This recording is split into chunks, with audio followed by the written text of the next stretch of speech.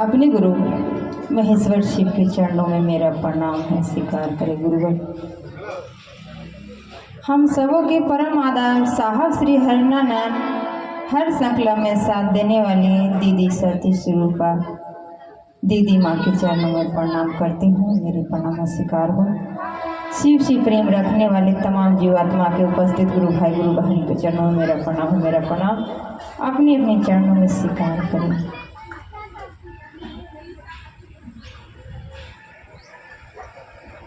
साहब श्री हरिनानंद दीदी हम सबों के 3 सूत्र में 3 सूत्र के रत्न दिए हैं। इतने ही कहते हैं कि उसी 3 सूत्र पे चलने के प्रयास करें कि ताकि हमारी जीवन सही दिशा सही राह चुन सके। कहे कि जिस महेश्वर शिव ने इस जगत को रचे, जिस महेश्वर शिव ने देवों देवताओं के गुरु बने, आज हमारा आपका उस सौभाग्य मिला। आज हमारा आपका वो सौभाग्य मिला।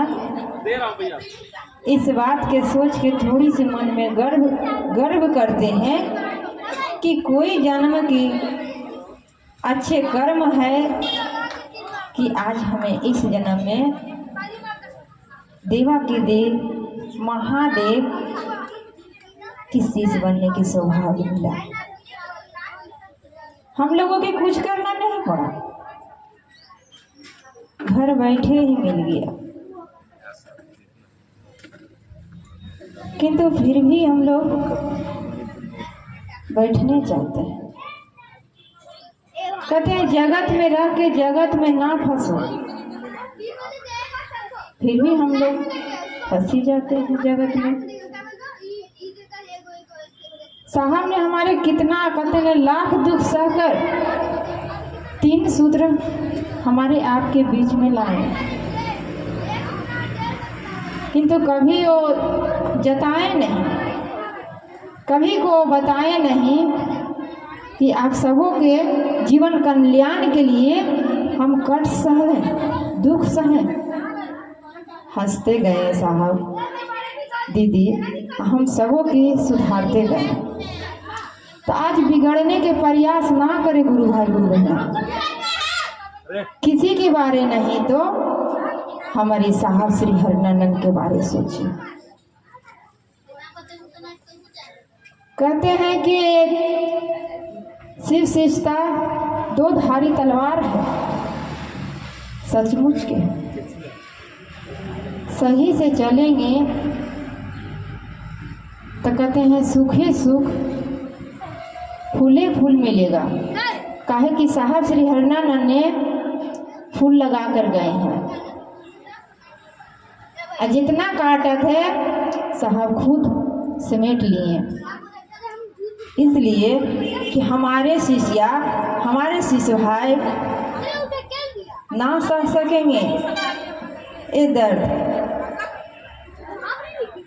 तो कहते हैं हम लोग जो रास्ते पे जिस रोड पे हम लोग चलते हैं कितने आराम से चलते हैं, किंतु जिसने बनाया होगा उसको तो चोट लगा होगा, वो ना जाने कितना लहू लहान हुआ होगा हमारे आपके आराम से चलने के लिए। और वही साहब श्री हरिनानंद ने हमारे आपके लिए किए, ना जाने कितना दर्द सहे हमारे आपके जीवन में फूल खिलाने के लिए। तो हम लोग कोशिश करें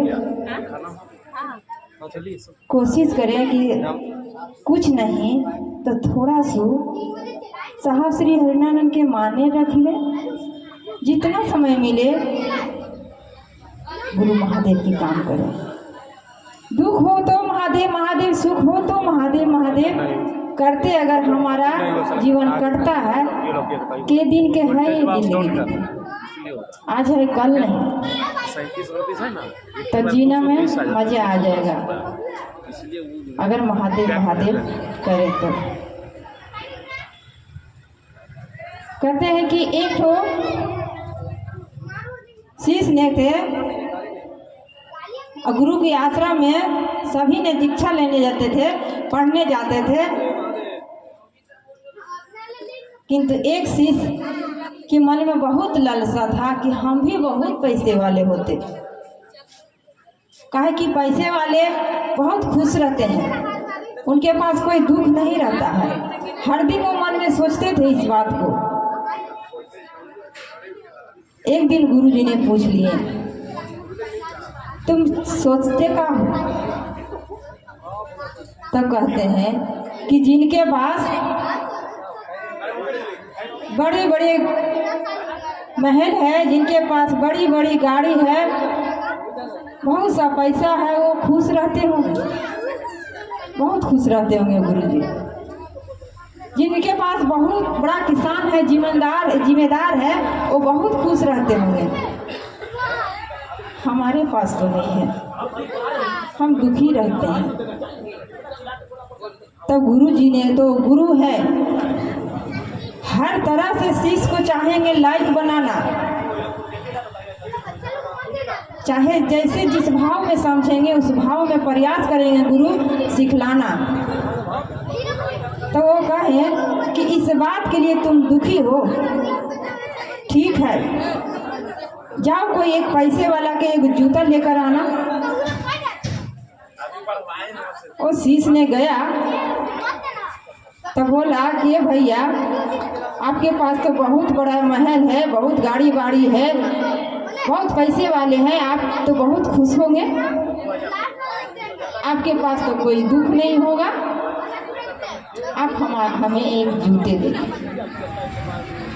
वो बोले कि क्या बेटा, क्या हमारे जूते ले जाओगे तुम? हमारे पास तो कहते हैं कि मखमल के बिस्तर होते हुए फिर भी रात को नींद नहीं आती, चिंता बहुत सताते रहता है। हम सुखी नहीं हैं, हम अंदर से बहुत दुखी हैं। वहाँ पर भी उसका बात नहीं बना, वो चल दिया।